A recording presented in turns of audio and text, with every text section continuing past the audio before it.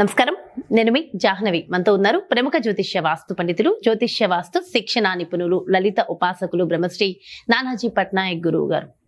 ప్రస్తుతం మనం చూస్తున్నట్లయితే దారుణాతి దారుణమైన దీన స్థితిని మనం చూస్తున్నాం. నిజం చెప్పాలంటే అటు ప్రకృతి వైపరీత్యాల పరంగా కానివ్వండి, ఇటు అమ్మాయిల మీద అఘాయిత్యాల పరంగా కానివ్వండి, అసలు మొత్తం ప్రపంచమే ఎటెళ్ళిపోతోంది అన్న స్థితిని మనం చూస్తున్నాం. అయితే ఈ సందర్భంగా మీకు ఒక్క విషయం నేను చెప్పాలి. 9 నెలల క్రితం నుంచే మన నానాజీ పట్నాయక్ గురువు గారు కొన్ని అంశాలు చర్చిస్తూ వచ్చారు కదా. అంటే ప్రకృతిలో ఇలాంటి మార్పులు జరగబోతున్నాయి, ఇబ్బందికర వాతావరణం ఉండబోతోంది అని. అయితే అయినా వస్తున్నాయని చెప్పారు, వస్తున్నాయి. సో అసలు వీటన్నిటికీ సంబంధించి పరిహారాలు అంటూ ఏమి ఉండవా? మరి ముందు ఆస్ట్రాలజీ చెప్పిన తర్వాత అసలు డీటెయిల్డ్ గా ఒక్కసారి మరి గురువు గారి మాటల్లోనే అడిగి తెలుసుకుందాం. నమస్కారం గురువు గారు. శ్రీమాత్రే నమః. గురువు గారు, మీరు 9 నెలల ముందు నుంచే రాబోయేది ఇవమ్మా అనర్థాలు జరగబోతున్నాయని వీడియోలలో చెప్తూనే ఉన్నారు. పర్సనల్ గాను చెప్తున్నారు, ఇలా జరగబోతోందని వీడియోలోనే చెప్తూనే ఉన్నారు. అయితే క్రోధినామ సంవత్సరం మొదలయ్యాక కూడా క్రోధినామ సంవత్సరం చాలా క్రోధంగా ఉండబోతోంది, జాగ్రత్త, తస్మాత్ జాగ్రత్త అని చెప్పారు. సో అయితే ఏదేమైనప్పటికీ ఇక్కడ నా ప్రశ్న ఏంటంటే, ఇప్పుడు కోల్కతా ఇన్సిడెంట్ చూసిన ఒక దారుణమైన సంఘటన, ఇంకా మాట్లాడుకోవడానికి కూడా మాట్లాడలేం అలాంటి స్థితి. ఇప్పుడు మన ఆంధ్రప్రదేశ్ చూస్తున్న అసలు ఏంటి కలకలం? ఇక్కడ నా ప్రశ్న ఏంటంటే గురువు గారు, ఒక జ్యోతిష్య పరంగా ఇవన్నీ మనం చెప్పగలిగినప్పుడు ముందే జాగ్రత్తగా, మరి వీటికి పరిహారాలంటూ ముందే ఉండవా? అవి చేసుకుంటే ఇవన్నీ వచ్చేవి కాదు కదా. అసలు ఏం చేయాలంటారు వీటన్నిటికి? తప్పకుండా అమ్మా. ఫస్ట్ ఆఫ్ ఆల్ ఏంటంటే, నేను చెప్పాను అంటే నాది గొప్పతనం కాదు, మహర్షులు మనకు అందించినటువంటి సబ్జెక్ట్ అంత కాదు, అది అమ్మవారి అనుగ్రహం. నా గొప్పతనం 1% కూడా కాదు. ఇక్కడ ఏంటంటే, జలరాశుల్లో గనక రాహు ఉంటే 9 months బ్యాక్ ఆయన మారాడమ్మా అందులోకి, మీన రాశిలోకి మారినప్పుడే నేను చెప్పాను. మీనంలో రాహు ఉన్నాడు, కన్యారాశిలో కేతు ఉన్నాడు. ఉన్నప్పుడు కొన్ని ల్యాండ్ రిలేటెడ్ సంబంధించినవి ఏవైతే ఉంటాయో కొన్ని స్ట్రక్ అయిపోయి ఉంటాయి, ముందు కదలకుండా, రియల్ ఎస్టేట్ లాంటిది. అలాగే రాహు జలరాశుల్లో ఉన్నందుకు జలం మూలంగా ఆపదలు వస్తాయి అని చెప్పడం జరిగింది. ఇప్పటికీ ఉన్నాయి వీడియోలు మన యూట్యూబ్లో చూసుకున్నట్లయితే. కాబట్టి ఏంటి, జలపరమైనటువంటి ఇవి మనకి మీనరాశిలో కానీ, కర్కాటక రాశిలో కానీ, వృశ్చిక రాశిలో కానీ ఈ రాహు సంచరించేటప్పుడు మీరు చూడొచ్చు. ఎప్పుడెప్పుడు ఎక్కువ జలప్రలయాలు ఉన్నాయని చూసుకున్నప్పుడు చంద్రరాశులు, చంద్రుడు ఎప్పుడైతే ఈ రాహు సంబంధాలు కలిగి ఉంటాయి ఎక్కువగా అప్పుడు జరుగుతాయి. అంటే నార్మల్ టైంలో ఒక 10% చూపిస్తే అక్కడ ఒక 50 to 60% ఎక్కువ చూపిస్తూ ఉంటుంది, దాని రేషియో కనుక తీసుకున్నట్లయితే. అందుకే అప్పుడు మీరు అప్పుడు అడిగినప్పుడు కూడా మనం ఆ వీడియోలో ఓం దుర్గాయ నమః చేసుకోవాలమ్మా, రాహు వల్ల వస్తుంది కదా అని చెప్పడం జరిగింది. ఇప్పటికీ నాకు ఎప్పుడన్నా భయం వేస్తే మీరు చెప్పింది గుర్తుంది, తలుచుకుంటూ ఉంటాం, ఓం దుర్గాయ నమః అని చెప్పి చేసుకోవాలని చెప్తూ ఉంటాం. అదేవిధంగా స్త్రీలపై అఘాయిత్యాలంటే ఇది రాహుకి సంబంధం లేదు.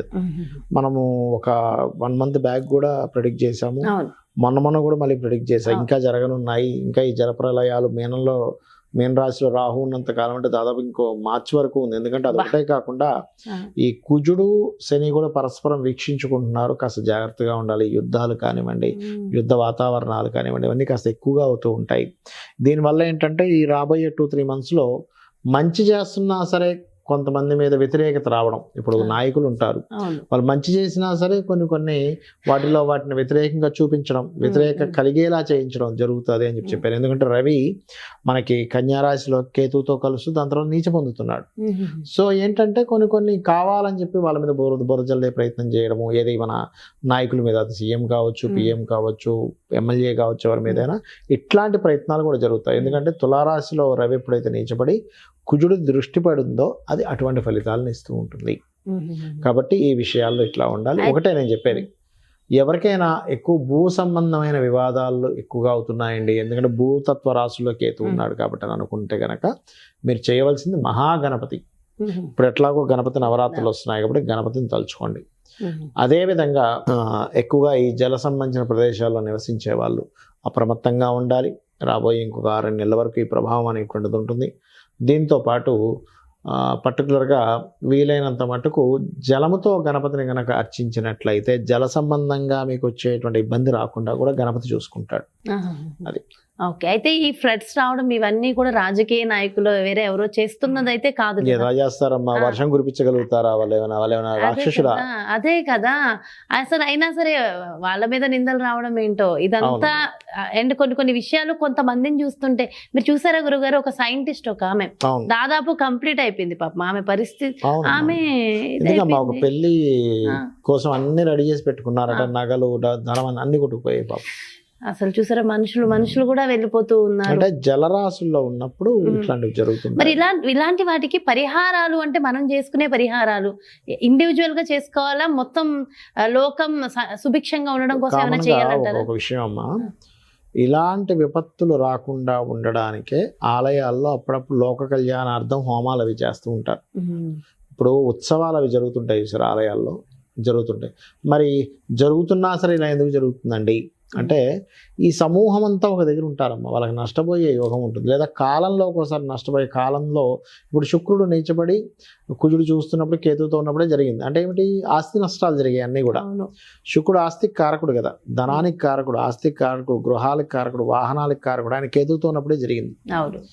ఇట్లా మీరు గనక గమనించినట్లయితే ఈ భూకంపాలు రావడం శనికుజుల కాంబినేషన్స్లో ఉన్నప్పుడు మనకి పరాశర సంహిత అనేటువంటి గ్రంథంలో కాంబినేషన్స్ రాశారు. ఈ పలానా ఉన్నప్పుడు పలానా ఇవి జరుగుతాయి అని. ఆ రకంగా ఏంటంటే శనికుజులు కోణస్థానాల్లో ఉండడం, జలరాశిలో రాహు ఉండడం, ఇవి దీన్ని ఆపరేట్ చేస్తూ ఉంటుంది. అట్లా కళ్ళ ముందు చూస్తుండగానే ఇంతమంది అలా వెళ్ళిపోవడం నిజంగా తట్టుకోలేకపోతున్నాం కదా. సో అంటే మరణం ఎప్పుడు ఏ నిమిషంలో ఎలా వస్తుందో తెలియదు అన్నదానికి ఇది ఒక నిదర్శనంగా కళ్ళ ముందే కనిపిస్తుంది. అంటే ఇక్కడ ఒక విషయం చెప్తానమ్మా, ఇది జలం నిజంగానే వీళ్ళని ముంచేద్దామని రాలేదు. అది రావాల్సిన దాంట్లో వచ్చింది, వీళ్ళు చేసిన కొన్ని తప్పిదాలు. ఇప్పుడు ఆ వాగు ఏదైతే వస్తుందో దాన్ని తగ్గించుకుంటూ మనం కట్టుకున్నాం, దాని ప్లేస్ మనం తీసుకున్నాం, మన ప్లేస్ తీసుకున్నాం కాబట్టి దాని పరంగా అది వచ్చేసింది. మనం చేసే తప్పిదాల వల్ల మనం అనుభవిస్తున్నాం. దాని ప్లేస్ కదా వచ్చేసి అది వచ్చింది కామన్ గా. ఇప్పుడు అక్కడ తోవ గనక అలా లేకపోయి ఉంటే నార్మల్ గా అది ఫ్లో అయ్యేదిగా. వీళ్ళ ఇళ్ల మీద ఎందుకు వచ్చింది అంటే, మనం చేసిన కొన్ని తప్పులు ఉంటాయి. గ్రహస్థితి గ్రహచారంగా కొన్ని గ్రహ కలయికల వల్ల కొంత నష్టపోవడం జరుగుతూ ఉంటుంది. అలా మన స్వయంకృప అపరాధము ఉంది, అందులో గ్రహస్థితి సంబంధించింది కొంత ఉంటుంది. మరి ఇట్లాంటివి ఉన్నప్పుడు ముందుగా వాళ్ళు తెలుసుకొని చేసుకున్నట్లయితే కూడా బాగుంటుంది. ఇది ఇంకా ఎప్పటి వరకు ఉండే అవకాశం? ఇప్పుడు ఇంకొక 6-7 నెలలు ఉంటుందమ్మా ఈ గ్రహస్థితి అనేటువంటిది. ఈ గందరగోళ పరిస్థితి ఈ సంవత్సరం అయిపోవాలి, ఏదైనా క్రోధనామ సంవత్సరం అయిపోవాలి. అలాగే మరొకటి ఏంటంటే, ఇప్పుడు నిజంగా మనం చెప్పాము అనుకోని, నేనుగా చాలా మంది కూడా చెప్పారు ఈ యొక్క విషయాన్ని, పాపం క్రోధనామ సంవత్సరం బాగాలేదని. అయితే నేను అనేది ఏంటంటే, ఒకవేళ చెప్పినా జనాలకి చెప్పినా అక్కడి నుంచి ఎందుకు కదులుతారు? ఎప్పుడో వచ్చే వర్షం కదా, ఇప్పుడైతే రావట్లేదు కదా, ఎక్కడికి పోవాలనుకుంటాడు ఆయన. కాబట్టి ఏంటంటే అవన్నీ వాళ్ళ ఈ ప్రకృతి వైపరీత్యాలు అనేవి ఉంటుంటాయి. ఉన్నప్పుడు ఇంకా కొద్దిగా ఆ అమ్మవారిని తలుచుకోవడం తప్పితే కొన్నిసార్లు మన చేతుల్లో ఉండదు. సో అది అలా వెళ్ళిపోతూనే ఉంటుంది. సో ఇలాంటి వాటికి పరిహారం అంటే నిరంతరము దైవ నామస్మరణతో ఉండడం, దుర్గానామాన్ని. ఎందుకంటే ఇప్పుడు రాహు వల్ల వచ్చింది కాబట్టి దుర్గానామస్మరణే రక్షిస్తుంది. సో ఎన్ని కోట్లుండి ఎంత ఆస్తుండి ఏం ఉపయోగం ఈ రోజు? కొన్ని సార్లు అయితే సెకండ్ ఫ్లోర్ వరకు వచ్చింది కొన్ని ప్లేసెస్ లో. అక్కడ అది విల్లాలే మునిగిపోయి, ఈవెన్ హైదరాబాద్ దగ్గరలో కూడా కొన్ని ప్లేసెస్ లో. అవును, ఇక్కడ ఏదో సంథింగ్ మునిగిపోయినాయి. మనకి ఇంకా హైదరాబాద్ తక్కువ అమ్మా, విజయవాడలో చాలా ఎక్కువ జరిగింది. కానీ నిజంగా ఈ సందర్భంగా అక్కడ సీఎం చంద్రబాబు నాయుడు గారు గాని వీళ్ళందరూ చేస్తున్న ఇది మాత్రం డెఫినెట్ గా కొంతవరకు ఏంటంటే దీన్ని రాజకీయం చేయకుండా ఎవరి వంతు వాళ్ళు చేస్తూనే ఉండాలి. చేస్తున్నారు. అండ్ నిజంగా ముందు నుంచి చెప్తున్నారు, మీరు ముందు నుంచి చెప్తూనే ఉన్నారు. అండ్ జాగ్రత్తగా చేసుకుని మీరు చెప్పిన పరిహారాలు ఆచరించిన వాళ్ళకి నిజంగా అన్ని రకాలుగా బాగుంది గురువు గారు. అండ్ ఏదేమైనప్పటికీ ఇప్పుడు అలాంటి ఆ ఫ్లడ్స్ ఇంకా ఫ్యూచర్ లో రాకుండా మంచి జరగాలని మనస్ఫూర్తిగా కోరు. ఫ్లడ్స్ అనేవి వస్తుంటాయి అమ్మా, దానికి మార్గం వెతుక్కోగలగాలి మనం. ఫ్లడ్ వచ్చినప్పుడు మనకంత వాటర్ వచ్చినప్పుడు అది ఏ మార్గంలో బయటకు వెళ్ళాలనేది క్లియర్ చేసుకోగలిగితే ఏ ఫ్లడ్ మనం ఏం చేయదు. ఓకే, దానికి తగిన మార్గం మనం ప్రాపర్ గా చేసుకుంటే సరిపోతుంది. మార్గాలను మూసేస్తుంటే అది మనం ముంచేస్తుంది మనం. చాలా చక్కగా వివరించారు గురువు గారు. Thank you so much. శ్రీమాత్రే నమః.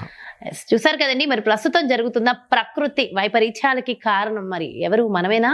మరి అసలు ఏం జరుగుతోంది? ఇవంతా కూడా చాలా డీటెయిల్ గా ఎక్స్ప్లెయిన్ చేస్తూ ఇంకా 6 నుంచి 7 నెలలు ఇదే కంటిన్యూ అయ్యే అవకాశాలు ఉన్నాయి కాబట్టి సో ప్రజలందరికీ కూడా గురువు గారు హెచ్చరికలు జారీ చేస్తున్నారు. సో ఖచ్చితంగా అందరం జాగ్రత్తగా ఉండి కాస్త దైవనామ స్మరణ, అమ్మవారిని ధ్యానించుకోవడం, అదేవిధంగా మన వంతు మనం ఏం చేయగలము అనేది కూడా ప్రాక్టికల్గా చూసుకుంటూ వెళ్తే మరింత బాగుంటుంది. ఎంత డబ్బుండి ఎంత ఆస్తుండి ఏం ఉపయోగం? చూసారు కదా ఇప్పుడు పరిస్థితి ఎలా అయిపోతుందో. కాబట్టి ప్రతి ఒక్కళ్ళం కూడా జాగ్రత్తగా ఉందాం. మరొక ప్రత్యేకమైన కార్యక్రమంతో మళ్ళీ మీ ముందుకు వచ్చేస్తాను. నమస్కారం.